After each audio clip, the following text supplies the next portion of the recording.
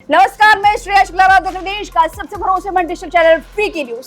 खालिस्तानी अपनी हरकतों से बाज नहीं आ रहे। एक बार फिर से उन्होंने रैलियां निकाली हैं। एक तरफ जस्टिन ट्रूडो बार बार कह रहे हैं कि वो एक्शन ले रहे हैं, लेकिन उनकी कथनी और करनी में बड़ा फर्क है। आपको बता दें कि एक बार फिर से रैली निकाली गई है। रैली में क्या कुछ हुआ, इसी पर हम चर्चा करने के लिए हमारे साथ मौजूद है हमारे साथ हरीश सर, क्या कुछ हुआ कनाडा में? जी बिल्कुल, पहले तो मैं बता दूं, जब से खालिस्तानियों पर हिंदुस्तान और कनाडा में कार्रवाई हो रही है, कनाडा में तो खैर कार्रवाई नहीं हुई, लेकिन जो हिंदुस्तान में खालिस्तानियों पर नकेल कसी जा रही है, उससे खालिस्तानी बौखलाए हुए हैं। वो बौखलाहट का ही नतीजा है कि उन्होंने हाल ही में कनाडा में एक रैली निकाली थी। कनाडा का वैंकूवर शहर है, वैंकूवर में उन्होंने एक रैली निकालने का आह्वान किया था। बड़ी संख्या में जो खालिस्तानी गैंग वहाँ पे एक्टिव है, उन्होंने लोगों से आह्वान किया था, अपील की थी कि इस रैली में आप भी आके जुड़े। लेकिन ये रैली बिल्कुल फ्लॉप रही। फ्लॉप तो रही, लेकिन उन्होंने जो कृत्य रैली में क्या है उसे देखने के बाद, अब दिखा भी नहीं सकते, इतना बिलर है वो, उसे देखने के बाद हर भारतीय का दिल गुस्से से भर जाएगा। जी बिल्कुल, जिस तरह से उन्होंने अपमान किया है सर, किस तरह से अपमान किया हमारे तिरंगे का। बिल्कुल तिरंगा फाड़ा गया है, वहाँ पे पीएम मोदी के ऊपर थूका गया है।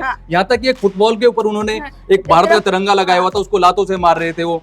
ये सब हम दिखा नहीं सकते, लेकिन हम आपको बता इसलिए रहे हैं कि इनकी मानसिकता के बारे में आप जाने कि किस तरह से खालिस्तानी मानसिकता ये केवल कनाडा से ही नहीं, बल्कि कनाडा से ये मानसिकता भारत भी पहुंच रही है। लेकिन नहीं, भारत नहीं, भारत से वो कनाडा जा रही है। जो भारत में अभी निज्जर के खिलाफ, निज्जर की हत्या के बाद जैसे ही पन्नू के खिलाफ उनकी संपत्तियां सीज की गई थी, तो उन्होंने गुस्सा है। अब वो लगने लगा है खालिस्तानियों के भी, तुम्हारे ऊपर हिंदुस्तान नकेल कसेगा। हाल ही में एस जयशंकर ने भी बयान दिया कि यूएन में भी वो ये मुद्दा उठाएंगे और पुरजोर तरीके से रखा, दुनिया के सामने रखा जाएगा कि खालिस्तान और कनाडा इंडिया के खिलाफ क्या षड्यंत्र जो रच रहे हैं। जिस तरह अभी देखिए जस्टिन ट्रूडो बार बार उन पर, जब एक बार तो उन्होंने खालिस्तानियों का मुद्दा अपनी संसद में उठा दिया सर।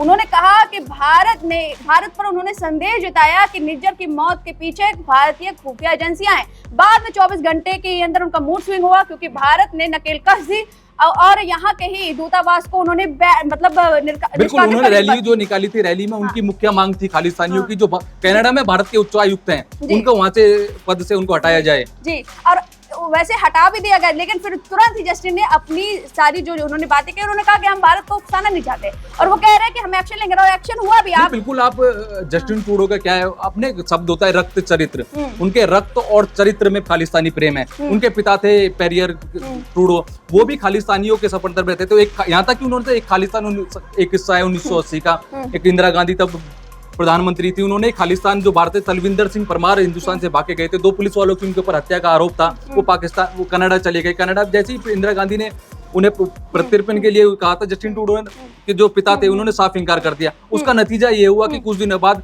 वही तलविंदर सिंह परमार ने एयर इंडिया की एक प्लेन को हाईजैक करते हैं और उसमें 350 से ज्यादा लोग मर जाते हैं, और उसका दुख और नतीजा कनाडा भी भुगत चुका है। उसमें 270 कनाडाई नागरिक थे। और ये सर, मैं ये पूछना चाहती हूँ आपसे कि क्या ये राजनीति के चक्कर में ट्रूडो इस तरह से वो अभिव्यक्ति की आजादी दे रहे हैं? नहीं, अभिव्यक्ति की सारा वोट बैंक का खेल है।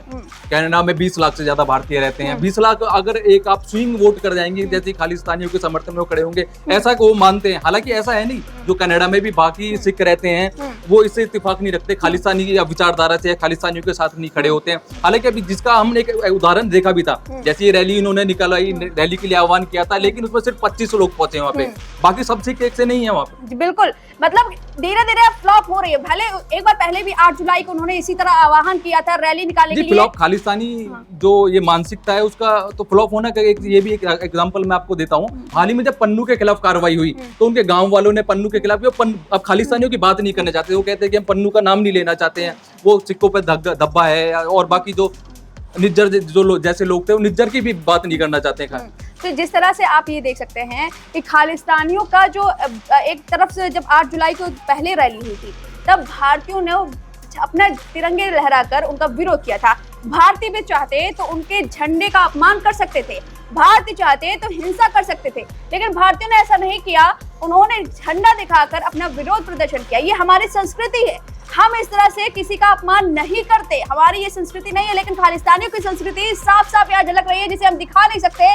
तो हमने बताया आपको किस तरह से झंडे का अपमान किया गया और किस तरह से हमारे प्रधानमंत्री मोदी का अपमान किया गया, लेकिन ये खालिस्तानी है, इनके किसी भी एक्शन से हमें कुछ खास फर्क नहीं पड़ता। हाल ही में उनकी रैलियां फ्लॉप होते हुए दिख रही हैं। बुलाए गए थे इतने मतलब गुरपतवंत सिंह लगातार हमेशा क्या करते हैं, एक वीडियो बनाते हैं और कहते हैं कि आह्वान करते हैं हिंदुओं के खिलाफ विरोध नहीं करते हैं। पहले अब धीरे धीरे उनकी मानसिकता लोगों को समझ आने लगी है, उन सिखों को भी समझ आने लगी। उसी का नतीजा है कि आज रैली में सिर्फ 25 लोग पहुंचे थे। बिल्कुल, तो यही है कि अब आप देख सकते हैं कि खालिस्तानियों का जो ये एक विचारधारा, ये नफरत की जो राजनीति के चलते इस तरह से ये विचारधारा फैलाई जा रही थी, भारत से ये निकली और कनाडा में भी ये इस तरह से अब ये, क्योंकि भारत में तो ये हो नहीं सकता, कनाडा में बैठ के नहीं कोशिश भारत में कराने की भी हुई थी। आप देखें जब कुछ दिनों पहले भारत में भी ये सारे जो ये षड्यंत्र है, प्रपंच जो रचे जा रहे हैं, अब कनाडा में रह जाए, लेकिन भारत ने समय रहते कार्रवाई की। एनआईए की जो 43 उन्होंने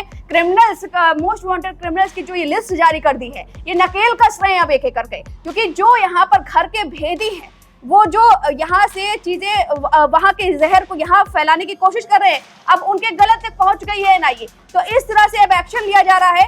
जो भी ये रैलियां निकाल रहे हैं इससे खासा कोई फर्क नहीं पड़ा है। हालांकि जस्टिन ट्रूडो फिर से वही अभिव्यक्ति वाली चाल चल रहे हैं राजनीति के चलते। इस पर मेरा एक सवाल है सर आपसे कि जियोपॉलिटिकल जो वैश्विक स्तर पर भारत जो भी कर रहा है कनाडा के चलते, क्या दुनिया क्या सोचेगी इस पर? नहीं दुनिया क्या सोचेगी, दुनिया को ज्यादा फर्क भी नहीं पड़ेगा इस चीज से। हालांकि जो फर्क पड़ना है वो भारत और कनाडा के रिलेशन पे पड़ना है। ज्यादा पड़ेगा कि कनाडा को इसका नुकसान भुगतना पड़ेगा। उसका मैं आपको एग्जांपल बताता हूँ। एक रिपोर्ट छपी थी अभी, एक रिपोर्ट में बताया गया था कि जो इंडियंस कनाडा में रहते हैं वो चाहे कनाडा की अर्थव्यवस्था में 3 लाख करोड़ का योगदान देते हैं। तो मतलब ये तो है सर कि एक लॉबी बन जाती है कि कभी जैसे यूक्रेन और रशिया का वॉर था, तो उसमें एक लॉबी बन गई, कोई यूक्रेन के साथ रहा तो कोई नहीं, ऐसा भी लॉबी अभी ऐसी कोई क्रिएट नहीं है, लॉबी नहीं बनी है, क्योंकि अभी नया मुद्दा नहीं है, हाल का मुद्दा नहीं है। ये 40 सालों 4 दशकों से पीछे खालिस्तान, कनाडा, भारत और कनाडा की दोस्ती में खालिस्तान विलन बना हुआ है पिछले 4 दशकों से।